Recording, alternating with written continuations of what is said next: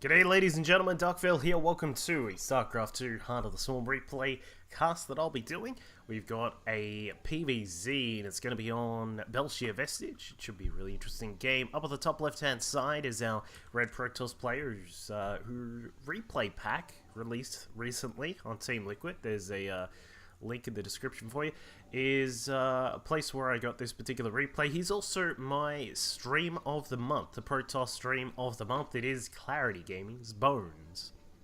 Now, you may be thinking, what's the stream of the month, Mr. Duckville? And, well, I have been... Is that... Oh, no, okay, that's fine. Don't worry, guys. I was like, wow, that's really close. I have set up, basically every month, I'll be setting up a Protoss, a Zerg, and a Terran streamer of the month. I'll be posting when they're live. I'll be posting, like the initial post at the start of the month, we'll be talking about when they're live, and, you know, all their links, their Twitter, their YouTube, and all that kind of stuff, so you can keep an eye on these players. And these players are based on... I'll be featuring them as a stream of the month based on the quality of the stream, how good their play is, whether they do in-game commentary, analysis, post-replay analysis, all this kind of stuff, and all these kinds of things to go into, you know, making sort of a stream that's really interesting for you guys to watch. And of course, you know, it's also based on, you know, giving some sort of unknown, unnamed players, I guess, a little bit more exposure. If you guys can help out by jumping on the stream, saying hi to the players, giving them a follow, maybe jumping on their stream when you can to, you know, see how they're doing, watch their gameplay, all these kinds of things. Who knows, you might learn a few things as well along the way. But anyway, our Zerg player down at the bottom right hand side is our blue Zerg from SCS. It is Coyote, and he's got a little bit of a problem here himself with the probe just throwing down that pylon just there. It looks as if the drone is going to have to sit down for a little while and poke away at the pylon just because he can't put down his own little hatchery for the time being. Bones is going to come across and try and take care of that drone. It looks as if the probe is going to really keep control of this position right here. It's interesting to see that he actually got the forge started up and didn't want to threaten with cannons or anything like that. He is, however, going to be able to start up a cannon. We'll see a gateway shortly after. Now, Bones, we sort of spoke to him. I spoke to him about this on his stream a few days ago about the way that he walls off on this map. Unlike a lot of players who will generally tend to set up their wall sort of more something like this.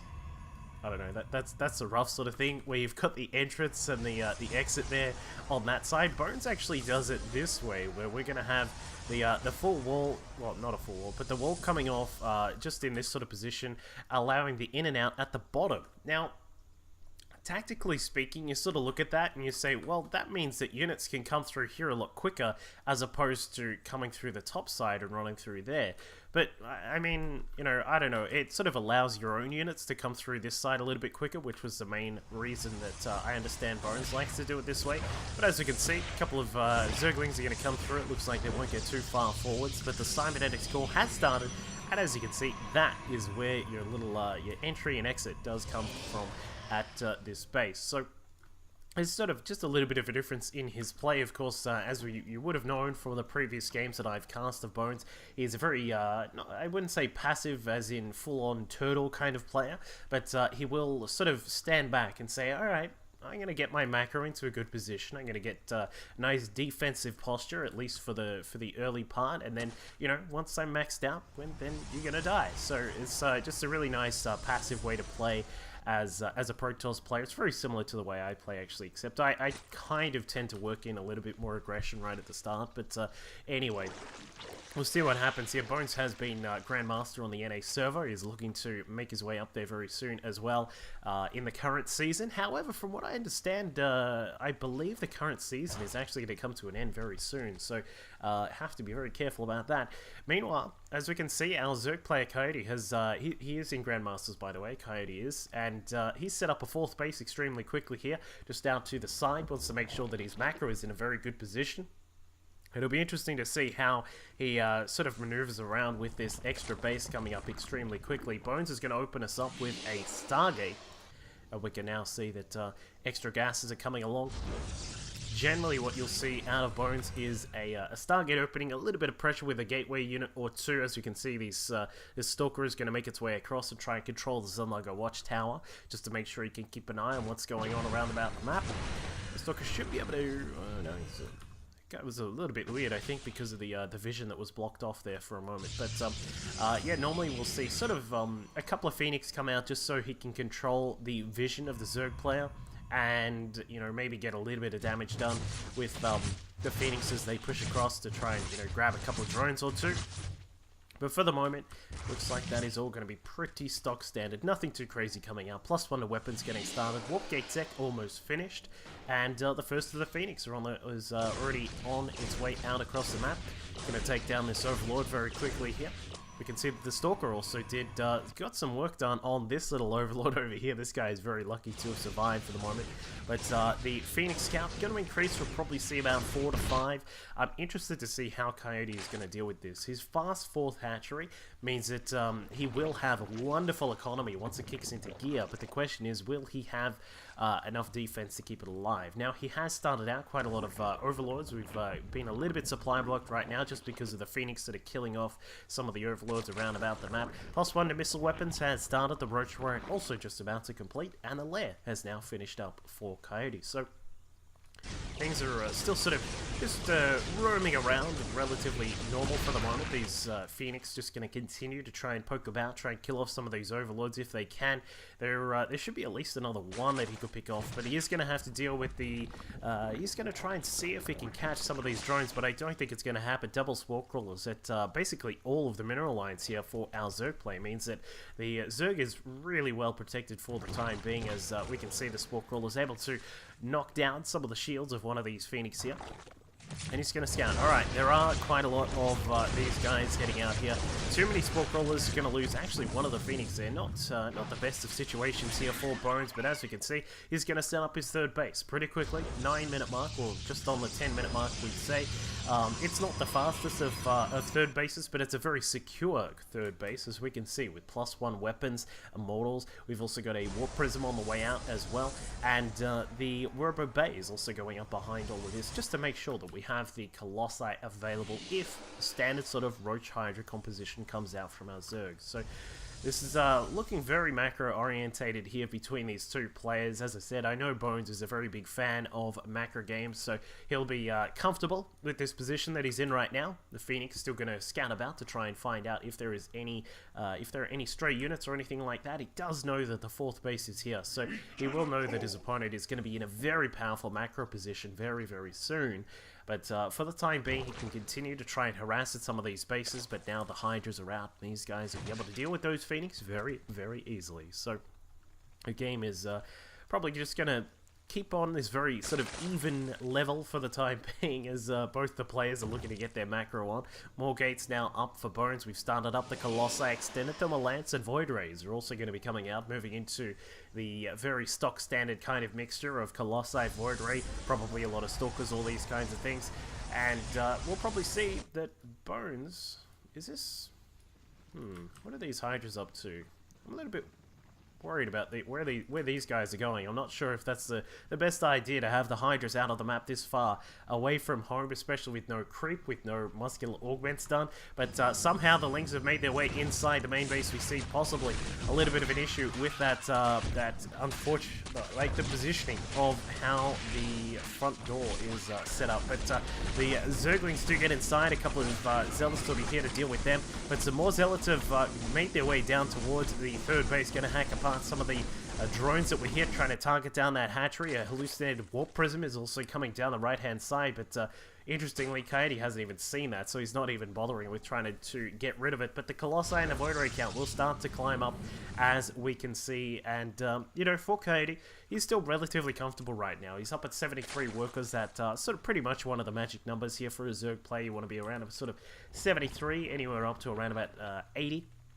And then you know that you've got a lot of gas coming in, a lot of minerals are available as well. +2 to missile weapons on the way. Where is the muscular augments here, Coyote? He's a little bit late with that. But once again, a run-by coming through here from Coyote, he is able to get a few links inside the main. The ones that were down at the natural were caught out very quickly here. Cannon is going up and a couple of Zealots have walked in, but we will lose 1 or 2 probes here, and that's not too bad. I mean, we've got 11 workers killed in total by Coyote, so it's, you know, it's not bad. It's better than a kick in the teeth, as we say. So it's a relatively decent position so far. Bones +2, a little bit later than you would have expected. He's only just he did get the +1 to armor, of course, which does really help out with things like the Zerglings and of course the Hydras as well.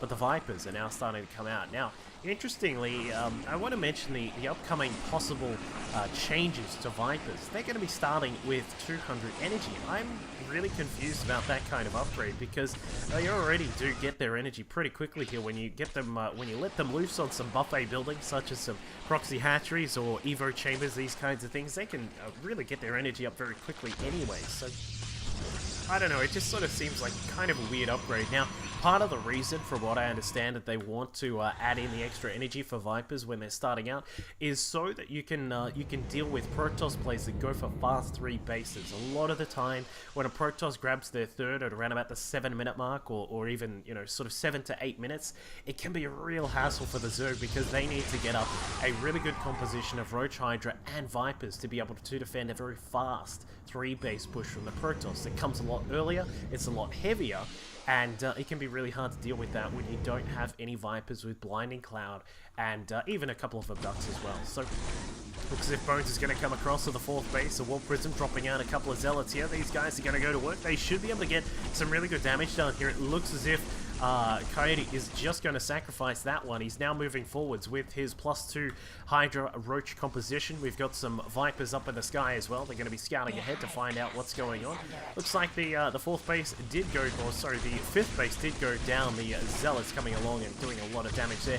Roach Hydra now moving into position and try and take down some of these units here. He does get rid of the 2 gateways, and the up at the top side we can see some Colossi, some Void Rays. We've also got a few Templar there as well. If the Templar can get their feedbacks off properly on these Vipers, then the battle will certainly go the way of the Protoss. But if the storms go down, if we get no feedbacks or anything like that, where is the Blinding Cloud? Here he comes, finally coming through.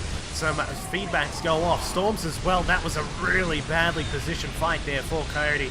Unfortunately for him, he had the Vipers. They were late to the party. They soaked up a lot of the storm that was there as well, and it was just a little bit too late because the Roach Hydra was torn apart by the Colossi, the Immortals, and of course those Archons that are there as well, along with the storm that was added in for extra benefits. So Bones has taken a nice little position right here. He's up at 144 supply. He's a little bit lower than his opponent, but Coyote has just remaxed on quite a lot of Roach Hydra here. We do still have 3 or 4 Vipers out of the map. A few more are going to be built up as well. We can see 4 more on the way, +3 to weapons as well.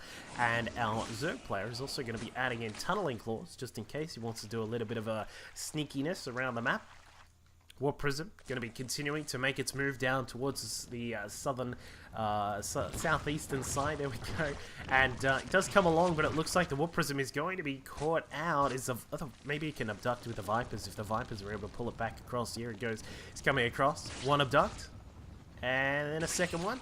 Gets it into position, shoots it down with the Hydra. Very cool little tactic there from Coyote. So Bones is he's getting some work done around the map with these proxy attacks, such as these Zealots that are now making their way through towards the base just across on the southwestern side of the map. The 5th base is probably going to go down. I don't think there's any way to save this one right now. It looks as if the Roaches and the Hydras are going to try and come across and see if they can get some work done. But these guys are +2 Zealots, and I mean, yeah, the Hydras unfortunately just a little bit late to get across. The Roaches are there as well. Spine Crawler's going to be in the mix, but unfortunately these guys don't do too much unless they're burrowed. They're finally going to get across and are going to burrow in here in just a second. And that's going to help out with protecting this base. So Bones is still continuing to macro on back at home. We've got a large composition of Void Rays. We've got some Archons thrown in there for good fun as well. More gateways back at home. We've got double Robo cranking out those Immortals as well.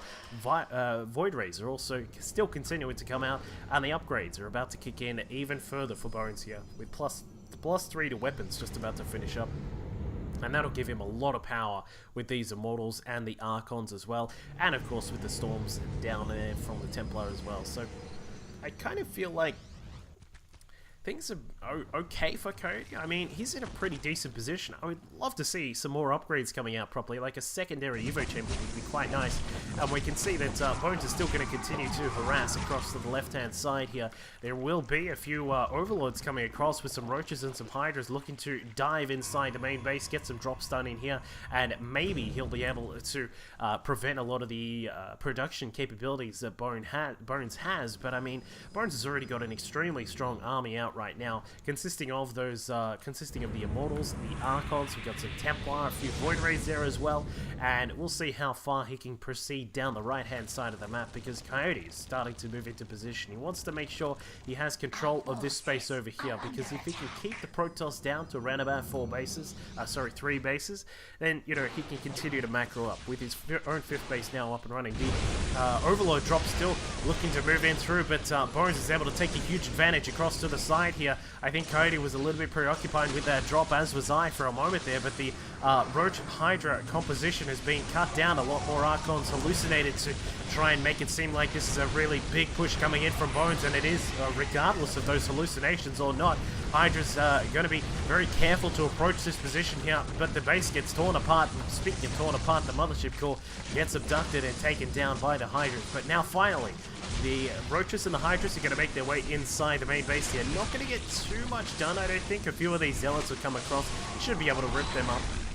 And that'll be the end of that drop for the moment here from Coyote. But I really do like this. I like when players do utilize drop a little bit more in ZVP, because I mean, the Protoss army is not exactly that mobile, especially once the Mothership Core is down. These guys are generally pretty slow. Mortals are very slow on the ground. The Void Rays, while they can go as the bird flies, they are still relatively slow as well. So it's not as if Bones can just quickly just run back here to the natural or run back towards the main or something like this. So these kinds of drops that that Coyote did get going here are they're really cool, because it makes the Protoss player spend a few supply on defending the main base instead of just having a maxed out, you know, 200 army here at the as his main composition. So I feel like Bones has really taken a strong position here, because he did take out the 4th base. Of course, the 5th across to the left-hand side has not been mining at all. Some drones are going to be transferring across right now, but the drone count for Coyote has been reduced to 56. So he's suffering a little bit at the hands of these various attacks that Bones has been able to send out across the map. And you know, if Bones can continue this and keep his 4th alive, this is that position which Zerg players hate. When the Protoss is up to 4 bases, they've got a huge army with ridiculous upgrades coming out. Even +1 to air weapons are started up here for Bones, and you can just really start controlling the map. He's going to take out this hatchery just as it completes. He takes it down. Warp Prism, the Archon gets pulled in by the Vipers. I feel like there are perhaps a couple too many Vipers here. It's a lot of gas, it's a fair amount of supply as well, and while abducts can be very cute and they can get a lot of damage done, I feel like we maybe should be seeing a transition into the later stages, and he is going for that now with the Greater Spire morphing in. Is there a where's the T button? There it is. No, there's no Ultralisk cannon at all. And while I know Ultras aren't actually fantastic at this stage, it can be good to have some of the higher tech tiers available to you if need be. So Bones is still continuing to control quite a lot of this sort of this region of the map here, where he's able to keep his 4th alive. It means that his 3rd is completely protected, and he also has a relatively simple sort of transit back towards the natural base as well. But Coyote not done.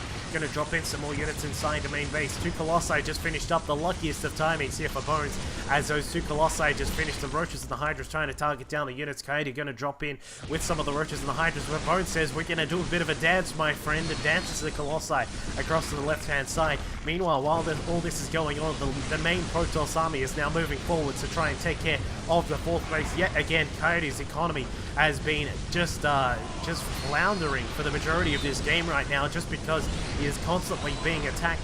The Roaches and Hydras did get cleaned up and then picked up for the most part inside the main base, so Bones is going to be pretty happy with the situation he's in right now. He's up at 193 supply. We've got 2-2 upgrades done on the ground, or 203 upgrades, I should say, are done on the ground. The Void Rays also have +1 and +1 on their weapons and armor, so they're looking pretty good as well. And for our Zerg player, the upgrades on the ground, 2-3 with +3 to armor, not even started. This is what I was a little bit worried about at the start, is just this single Evo chamber here for Coyote. He did get a like a relatively fast 4-base economy going, and I'm just a little bit surprised that he didn't take advantage of that by getting some more upgrades out. But you know, you got the Vipers out. They are really helpful in defending attacks, but I mean, this is the point where it'd be nice to see some higher tier units starting to come out. And there you go, 13 Corruptors are on the way, so he's going to get started with some Corruptors, possibly morphing a few of them into Broodlords. Overlord still continuing to harass here with some of these spare units that are jumping in and out. Wants to try and find a little bit of a sweet spot to attack into some of these cannons. And Archon from the low ground with the Pimp Fist just pumping away at that Overlord does take it down. And Bones has again been able to control this position on the right hand side, keeping the 4th base of the Zerg in a, well, pretty much dead for the majority of this latter stage of the game.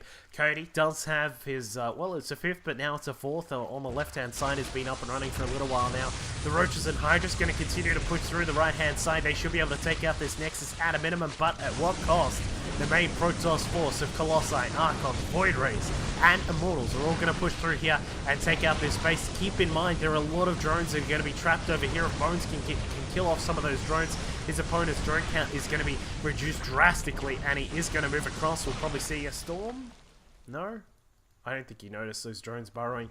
But the Roach Hydras, well, they're in a tough position right now because, as we can see, the Infestors are only just starting to come out now. 8 Infestors are finally out on the map here for Coyote. It's good to see them make an appearance. I seriously think that some Zerg players have just completely neglected them. I know they're a lot harder to use these days with the change to the projectile and all these kinds of things. They don't do as much damage, all this kind of stuff. But I mean, they are still very powerful at controlling armies, controlling space by fungal growths, and you know, even Neuroparasite can be pretty interesting sometimes. And you know, Infested Terrans can add a little bit more of a meat shield, a tiny bit of extra damage and all these kinds of things, but a lot of Zerg players have just been favoring going for just basically no Infestor styles. Imagine if you went back to end of 2011 and that kind of stuff and said, hey guys, we're never going to use Infestors in PvZ. People would like kill you because that'd just be insane.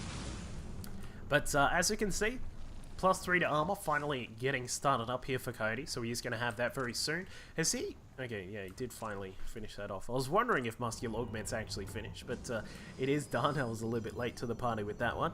But as you can see, our Protoss Bones is now starting to pick up his 4th base again. We may see him move across to the other side as well and maybe grab that base, but his opponent is stuck in a very tough position. Coyote with very minimal bank. Both of these players doing a great job with their production, you know, their macro and their production here, keeping a very low bank for the majority of this game. Bones is now mined down his natural base. We can see that the main base is also just about dead as well, but here comes possibly another big fight. Storm's going down, a feedback or two as well. Bones trying to just maneuver himself into a little bit of a better position. There's a fungal growth, there's a storm. We've got a couple of spellcaster battles going on here between these two players, and I think if Bones can take an advantageous position here where he can just sort of, if he can sort of keep himself in a position where, you know, ooh, actually, we will get a fight here. The Infestors trying to find a sweet spot to attack into that army, but they get caught out a little bit. Viper's now coming across. Where's the Blinding Cloud? Needs some Blinding Cloud on top of those, on top of the Colossi. It's a little bit, in fact, there is no Blinding Cloud, and that means that Bones is just able to walk his way through here, and there is a GG from Coyote. Oh, wow, that was just sort of, I don't know, the sort of misuse of the skills maybe from Coyote here. I kind of feel like some Blinding Clouds on top of these positions here would have really locked out the Colossi, but he was already in a very tough position there. So well done by Bones to be able to take that game. Hope you enjoyed the match. I'll catch you all next time. +1 to weapons, armor, charge is just about to finish. All these lovely things all about to come out here from Bales. And Jon Snow is in a world of pain right now. Some lings are going to pop out. The sentry's in a little bit of trouble. Jumps them up into the Wolf Prison, but drops them back